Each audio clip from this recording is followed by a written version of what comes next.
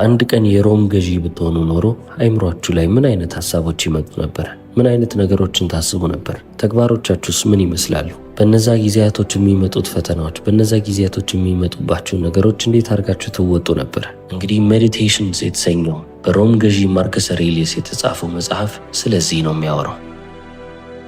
ይህንን መጽሐፍ ለምንድን ነው ዓለማችን ምርጥ ከሚባሉ መጽሐፎች ተርታ ሊያስቀምጡት የቻሉ? የዚህ መጽሐፍ አንባቢዎች በአጠቃላይ ወደውታል ማለት ይቻላል። ታዲያ ምን የተለየ ነገር አለው ብላችሁ ታስቡ ይሆናል። ማርከስ አውሬሊየስ ለማንም ብሎ አይደለም ይህንን መጽሐፍ የጻፈው፣ ለራሱ እንጂ። በእነዛ ጊዜያቶች የዛሬ ብዙ ሺህ ዓመት በፊት ነው እንግዲህ እነዚህ ሁሉ ነገሮች ሲፈጠሩበት የነበሩት። የሮም ገዢ ነበረ። ሮምን በሚያስተዳድራት ጊዜ የሚፈጠሩበት የሚከሰቱበት ብዙ አይነት መከራና ችግሮች ነበሩ። ጦርነቶች ከየት እንደሚመጡ አያውቅም። የወለደው ልጁ በጣም አስቸጋሪ የሚባል ልጅ ይሆናል። በማይጠብቃቸው እጅግ በሚያምናቸው ሰዎችም ይገዳል። ታዲያ እነዚህ ሁሉ ከባባድ ነገሮች በአንድ የሮም ገዢ ላይ ሲፈጠሩ ምን እያሰበ ይሆን ብላችሁ ታስባላችሁ? እሱም ልክ እንደዚህ ግራ በተገባበት ጊዜ ነው እንግዲህ ማስታወሻ እየያዘ ቁጭ ብሎ ሀሳቡን፣ ስሜቱን የሚናገረው።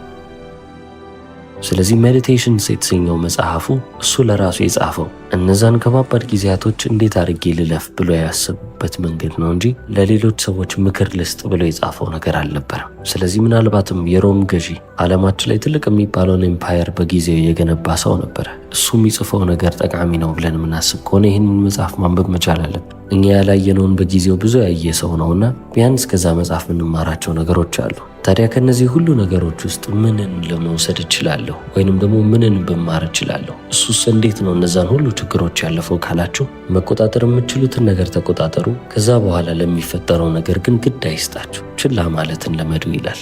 መቆጣጠር የማትችሉትን ነገር ለመቆጣጠር መሞከር ማለት ቀለል አድርጎ ፀሐይን ሌሊት ላይ ውጪልኝ ብሎ እንደመጠየቅ ነው ይላል። ስለዚህ ሁሌም ቢሆን ምን መቆጣጠር እንደምችሉና ምን መቆጣጠር እንደማትችሉ ልብ በሉና መቆጣጠር የምትችሉት ላይ ብቻ ፎከስ አድርጉ ይላል። ህይወት ሁሌም ቢሆን አንፕሬዲክትብል ነች። የምትጠበቅ ነገር አይደለችም። ያልጠበቃችሁት ያልገመታችሁት ነገር ይከሰትባቸዋል። ቢያንስ ህይወት እንደዛ ከሆነች እናንተ የምታደርጉትን ነገር፣ የምታስቡትን ነገርና አመለካከታችሁን በደንብ አድርጋችሁ ልትቆጣጠሩ ይገባል። ቢያንስ ያንን በመስመር ውስጥ አስቀምጡት ይላል።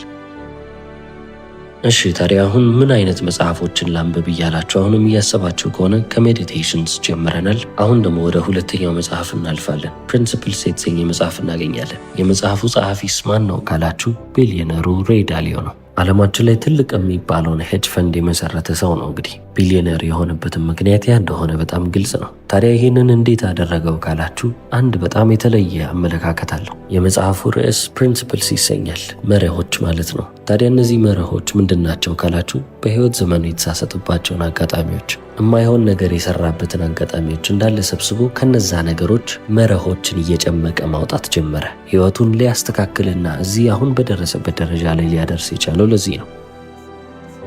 ታዲያ 40 ምናምን ዓመታቶችን ያሳለፈባቸውን ወይንም ደግሞ የጠቀሙትንም የጎዱትንም መርሆች ነው እንግዲህ እንደዚህ ጨምቆ ሊያወጣ የቻለው። ህይወቴን ብመራት በእነዚህ መርሆች መራት ነበረ ብሎ የጻፈውም ይመስላል። በሬይ ዳሊዮ አመለካከትም ህይወት ማለት ሁሌም ቢሆን ተከታታይ ችግሮችን ይዛባችሁ የምትመጣ ነገር ነች። ከእናንተ የሚጠበቀው ከነዛ ችግሮች መርሆችን ጨምቆ ማውጣት ነው ይላል። ስለዚህ አንድ ነገር አልሳካ ካላችሁ፣ ከወደቃችሁ ወይንም ደግሞ በዛ ነገር ውስጥ በጣም መጥፎ የሚባል ውጤት ካመጣችሁ ከዛ ውድቀታችሁ ውስጥ ከዛ ሽንፈታችሁ ውስጥ ፕሪንሲፕል ጎትታችሁ ልታወጡ ይገባል። ወይንም ደግሞ መርህ ጨምቃችሁ አውጡ ነው የሚለው። በውድቀታችሁ ብቻ ግን አይደለም። አንድ ነገር ሲሳካላችሁ ወይንም በጥሩ ውጤት ሲመጣላችሁ ከዛ ነገር ውስጥ ፕሪንሲፕልን ልታወጡ ይገባል። መርህን አውጡ ይላል። 1000 ጊዜ ይህንን ብታደርጉ 800 ውድቀት ኖሯችሁ ከ800 ውድቀት 800 ፕሪንሲፕል ብታወጡና 200 ጊዜ አሸነፋችሁም ደግሞ ካሸነፋችኋቸው ውስጥ ፕሪንሲፕሎችን ኤክስትራክት እያደረጋችሁ የምትመጡ ከሆነ አንስቶፐብል ትሆናላችሁ። ማንም የሚይዛችሁ ሰው አትሆኑም ይላል። አሁን ታዲያ እነዚህ ነገሮች ለምንድን ነው ፕሪንሲፕልስ ብሎ የጠራቸው? ለምን መርህ አላቸው? ለምንድን ነው ህጎች ያላላቸው ካላችሁ፣ ህጎች ሪጂድ ናቸው፣ አይታጠፉም። አንድ ሰው አትዋሽ ከተባለ አትዋሽ ነው። ፕሪንሲፕልስ የተሰኘው መጽሐፍ ላይ ግን ራዲካል ትራንስፓረንሲ ዊል ቢልድ ትረስት ይላል። በጣም ግልጽ ሆናችሁ አይምሯችሁ ውስጥ የተሰማችሁን ነገር ካወራችሁ እምነትን ቢልድ እያደረጋችሁ ወይንም እየመሰረታችሁ ትመጣላችሁ። በዛውም ልክ ግን በጣም ግልጽ መሆናችሁ ብዙ ሊያስከትልባችሁ የሚመጣው ነገር አለ። የራሱን መዘዝ ይዞ ከመጣም ይምጣ፣ እሱንም ኮንሲደር ማድረግ ቢጠበቅባችሁ እውነቱን ከመናገር ግን ወደ ኋላ እንዳትሉ ይላል። አሁን ታዲያ ሬይ ዳሊዮ 4 ኦፐሬቲንግ ሲስተም አለው። የመጀመሪያው ኖ ዋት ዩ ዋንት ይሰኛል። የምትፈልጉትን ነገር በግልጽ ማወቅ መቻል አለባችሁ። ሁለተኛው ነገር የምትፈልጉትን ነገር ከማግኘት ወደ ኋላ የያዛችሁ ነገር ምንድን ነው? እሱን ልብ ማለትና ማስተዋል ይጠይቃል። ሶስተኛ ደግሞ እነዚህ መንገድ የዘጉባችሁን ነገሮች እንዴት ማለፍ እንደምችሉ፣ እንዴት መሻገር እንደምችሉ ማወቅ አለባችሁ። ያ ማለትም እቅድ አውጡለት ማለት ነው። አራተኛው ኤክሲኪዩት ላይክ ማሽን ይላል። አፈጻጸማችሁ ልክ እንደ ማሽን መሆን አለበት። በቃ መስራት አለባችሁ ነው። ታዲያ አሁን እነዚህ 4ቱ ነገሮች በጣም የተለመዱ ናቸው ብትሉ እንኳን 5ኛው ነጥብ ላይ ስንመጣ ማጂክ ወይንም ደግሞ ተአምር ይፈጠርበታል ይላል። 5ኛውም ሪፍሌክት ኤንድ ሪፋይን ዩር ፕሪንሲፕልስ ይሰኛል። ወደኋላ መለስ ብላችሁ ፕሪንሲፕላችሁን መርሃችሁን ትመለከታላችሁ። ባሳለፋችሁበት በሄዳችሁበት መንገድ ላይ መስተካከል ያለበት ነገር ይሄ ቢሆን ኖሮ ብላችሁ ያሰባችሁትን መርሃችሁ ውስጥ ታስተካክሉታላችሁ ይላል። አብዛኛው ሰው በህይወት ተደጋጋሚ ስህተት የሚሰራው አንዴ ከወደቀ በኋላ ቆሞ ለምንድን ነው የወደቅኩት?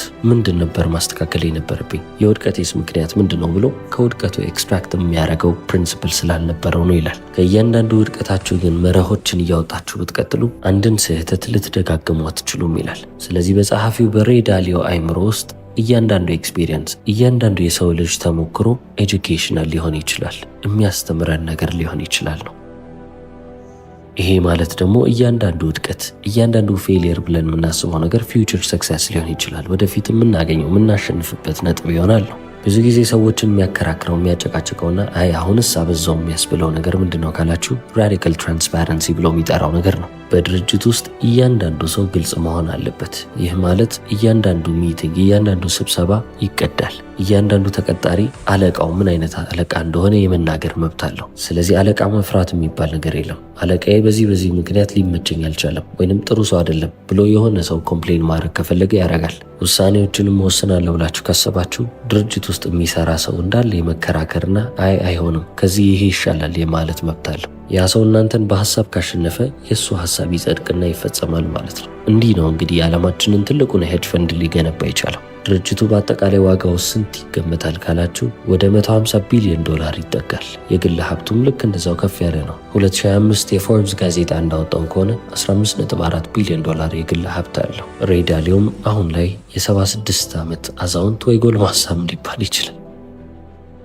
ስለዚህ አሁን ይህንን መጽሐፍ ብታነቡ ብዙ ነገር ታተርፉበታላችሁ። ከዚህ በፊት እኔም ስለዚህ ፕሪንሲፕል ወይንም ይሄ ፕሪንሲፕል ብለው ስለጻፈው መጽሐፍ 2 ወይንም 3 ቪዲዮዎችን ሰርቼላችኋለሁ። ስለዚህ እነሱንም ተመልሳችሁ ማየት ትችላላችሁ። በአጠቃላይም ከመጽሐፉ የምትረዱት ነገር ይህ ፍልስፍና፣ ይህ ፕሪንሲፕል ወይንም ይህ መርህ የሬይ ዳሊዮ ነው። እናንተም የራሳችሁን መጽሐፍ አለባችሁ። ምክንያቱም እሱ ከውድቀቶቹና ካሸነፍባቸው ነገሮች ተነስቶ ነው መርሆችን ሊያወጣ የቻለው። እናንተም በህይወታችሁ የተለያየ ኤክስፒሪየንስ ነው የምታዩትና እናንተም የራሳችሁን መርህ በውድቀታችሁም ላይ ጥሩ በሰራችሁበትም የህይወት ነጥብ ላይ ቆም ብላችሁ ሪፍሌክት ልታደርጉ ልትመለከቱና ልጽፉ ይገባል። አሁን ታዲያ ወደ ቀጣዩ መጽሐፍ እናልፋለን። The Burnout Society ቢዮንግ-ቾል ሃን የተሰኘ ጸሐፊ ነው። ታዲያ ጸሐፊውን በዚህ መጽሐፍ ውስጥ የሚያነሳው አንድ ሀሳብ አለ።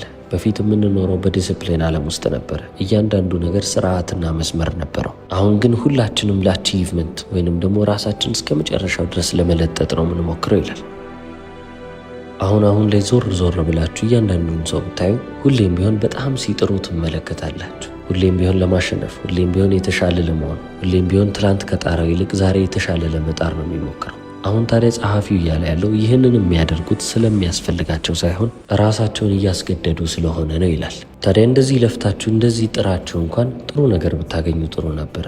ነገር ግን የተረፋችሁ ነገር ሁሌም ቢሆን መጨነቅ፣ ሁሌም ራሳችሁን ቢዚ ማድረግና ሁሌም ቢሆን ደክማችሁ ቤት መግባት ነው የተረፋችሁ። እነዚህን ሁሉ ነገር አድርጋችሁ እንኳን ቢያንስ ጨረስኩ የምትሉበት ቀን የለም። ሁሌም ቢሆን ነገ ደግሞ ጨምራለሁ ነው የምትሉት አለ። ታዲያ ጸሐፊውም የሀስል ካልቸር አድናቂ እንዳልሆነ ይናገራል። ምክንያቱም ሁሌም ቢሆን መጣር፣ ሁሌም ቢሆን መሮጥ የሆነ ቦታ ላይ ለመቆም ቢሆን እንኳን ጥሩ ነው። ነገር ግን መቆሚያ ለሌለው ሰው ችግር ብቻ ነው ይዞ የሚመጣው ይላል።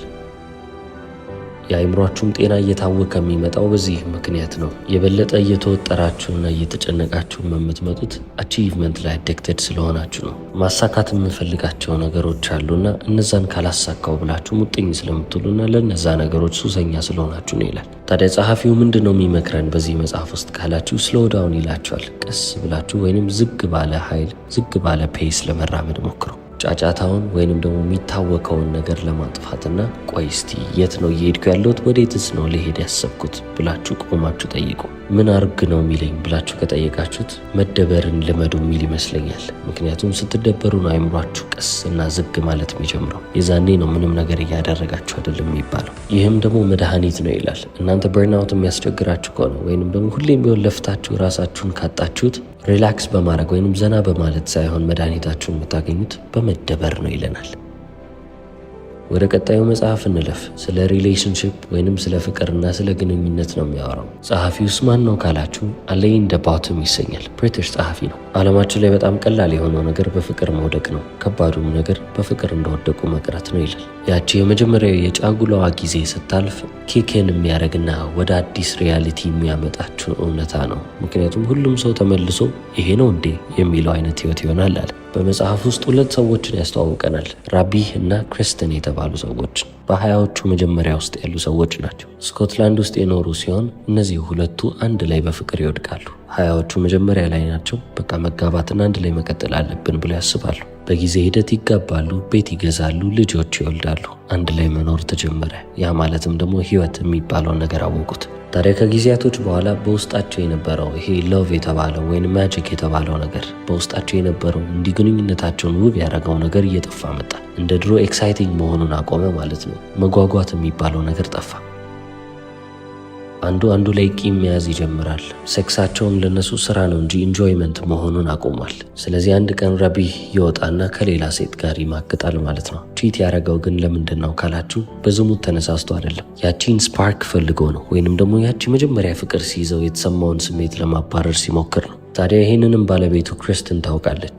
ልቧ ሙሉ ለሙሉ ይሰበራል። እሷም ተሰብራለች ማለት ይቻላል። ነገር ግን ግንኙነታቸው እዛው ጋር አልተቋረጠም። ሁለቱም አንድ ላይ መቀጠል ቻሉ። ፍቅር ማለት ምንድን ነው? እንዴት ነው ትዳር ሊሆን የሚችለው? እንዴት ነው እኛስ እርስ በእርስ እየተዋደድን ለዘላለም መኖር የምንችለው የሚለውን ነገር ሁለቱም ቴራፒ እየሄዱ እርስ በእርስ እየተወያዩና ለራሳቸውን ጊዜ እየሰጡ ግንኙነታቸውን ሊያቆዩ ይችለዋል። ቢጨቃጨቁም ቢጣሉም ያጣላቸው ብዙ ምክንያት ቢኖርም ቢደብራቸው ምንም ቢሆን አሁንም አንድ ላይ መሆን አለብን የሚለውን ሀሳብ ይዘው እንዲሄዱ ማለት ነው። በፍቅር ውስጥ ሃፒሊ ኤቨር አፍተር የሚባል ነገር የለው። ከዛ በኋላ ደስተኛ ሆነው ቀሩ የሚለው ነገር ሳይሆን በየጊዜው እንደ አዲስ መውደድን እየተማሩ ሄዱ የሚለው ነገር የበለጠ ይገልጸዋል።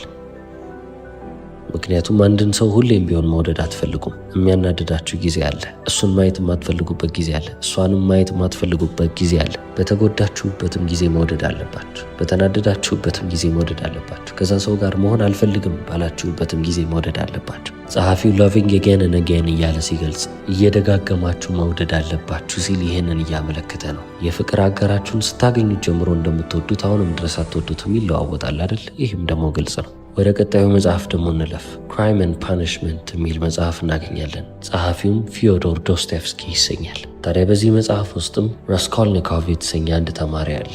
ይህ ተማሪ በጣም ድሃ ቢባልም አደገኛ የሚባልም ሀሳብ የያዘ ተማሪ ነው። ዓለም ላይ ያሉ ታላላቅ የሚባሉ ሰዎች ሕግን መከተል የለባቸውም ብሎ ያምናል። ለምሳሌ ልክ እንደ ናፖሊዮን ቦናፓርት።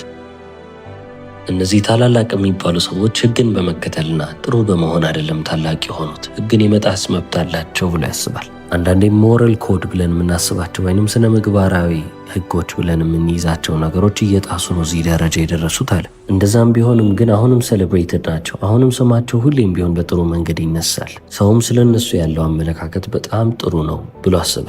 ታዲያ እዚህ ጋር ነው ራስኮልኒኮቭ ትልቅ የሚባለውን ስህተት የሰራው። እሱም ራሱን ልክ እንደ ትልቅ ሰው ወይንም ታላቅ እንደሚባል ሰው መመልከት ጀመረ። እኔም ሕግን መጣስ መልመድ አለብኝ ብሎ አሰበ ማለት ነው። ስለዚህ ምን ያደርጋል? በአካባቢው ላይ ለሶሳይቲ ወይንም ለማህበረሰብ በአጠቃላይም ለዓለም አትጠቅምም ብሎ ያሰበውን በጣም ስግብግብና ጨካኝ የምትባለውን አሮጊት ሄዶ በመጥረቢያ ይገላል። ልክ እሷን ከገደላት በኋላ ግን ሀሳቡ ይሄ በአይምሮ ውስጥ የያዘው ነገር እንዳለ ሙሉ ለሙሉ ውሸት እንደሆነ ይገነዘባል። ታዲያ አሁን በዚህ ታሪክ ውስጥም ጸሐፊ ዶስቶቭስኪ እኛን ምን ሊያስተምር እያሰበ ነው ብላችሁ ታስቡ ይሆናል። ሁላችንም እንደነዚህ አይነት ተራ ብለን የምናስባቸው ሀሳቦች በአይምሯችን ውስጥ ይኖራሉ። እነዚህ ተራ ብለን የመዘገብናቸውም ነገሮች እንደ ግድያ ወዳሉ በጣም ከባባድ ወንጀሎች የሚመሩን ሀሳቦች ሊሆኑ ይችላሉ። አንድ ሰው እየተበከለ የሚመጣው በውጫዊ ዓለም ሳይሆን አይምሮ ውስጥ ባሉ መርዞች የተነሳ ነው ይላል። ስለዚህ አንድ ሰው ለምሳሌ ምንም አይነት ሙስና የማይሰራ ሰው ቢሆን ሙስና ለመስራት የሚያስበው የውጫዊውን ዓለም ተመልክቶ ሌሎች ሰዎች ሲበሉ ተመልክቶ አይደለም። እሱ በውስጣዊ ዓለም ውስጥ እኔም እኮ በበላ ችግር የለውም፣ ለእንደኔ አይነት ሰዎች እኮ ሙስና በጣም ተገቢ ነው፣ ይሄ ነገር ይገባኛል ብሎ ሲያስብ ነው የዛኔ በሐሳቦቹ ተማረከ፣ ተጠመደ የሚባለው። ዶስቶየቭስኪም የሚነግረን ነገር ይሄንን ነው። አይምሯችሁ እናንተን እንዲያታልል ወይንም ደግሞ እንዲሸውዳችሁ በፍጹም ልትፈቅዱለት አይገባም። በሕይወት ትልቅ የሚባለውን ስህተት የምትሰሩት እናንተ መጀመሪያ አይምሯችሁ የሚሸውድበትን ሐሳቦች ሲያመጣላችሁ አምናችሁ እንዲህ ማድረግ አለብኝ ስትሉ ነው ይላል።